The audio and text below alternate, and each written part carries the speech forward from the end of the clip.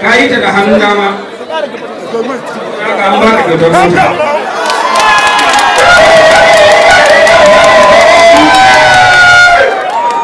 Kyautar mota ba wani abu ne. Mun kama mun gudu ne a gidan mota.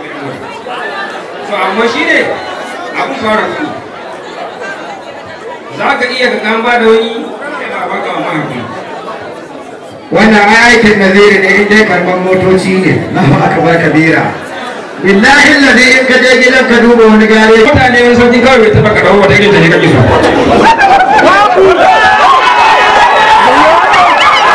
Mutane wani sauki kawai bai taba ka dawo ba irin ta kake so.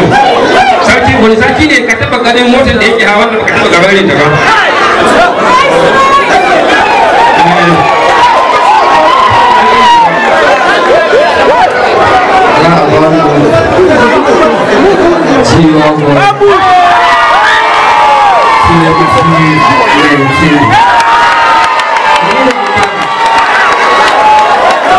sarki mai taka sarakuna jama'a farko za mu fara da kowa mai komai da miƙa masa babban godiya amma da gaske ne ni kaina ban taɓa ganin ƙasaita irin wannan babban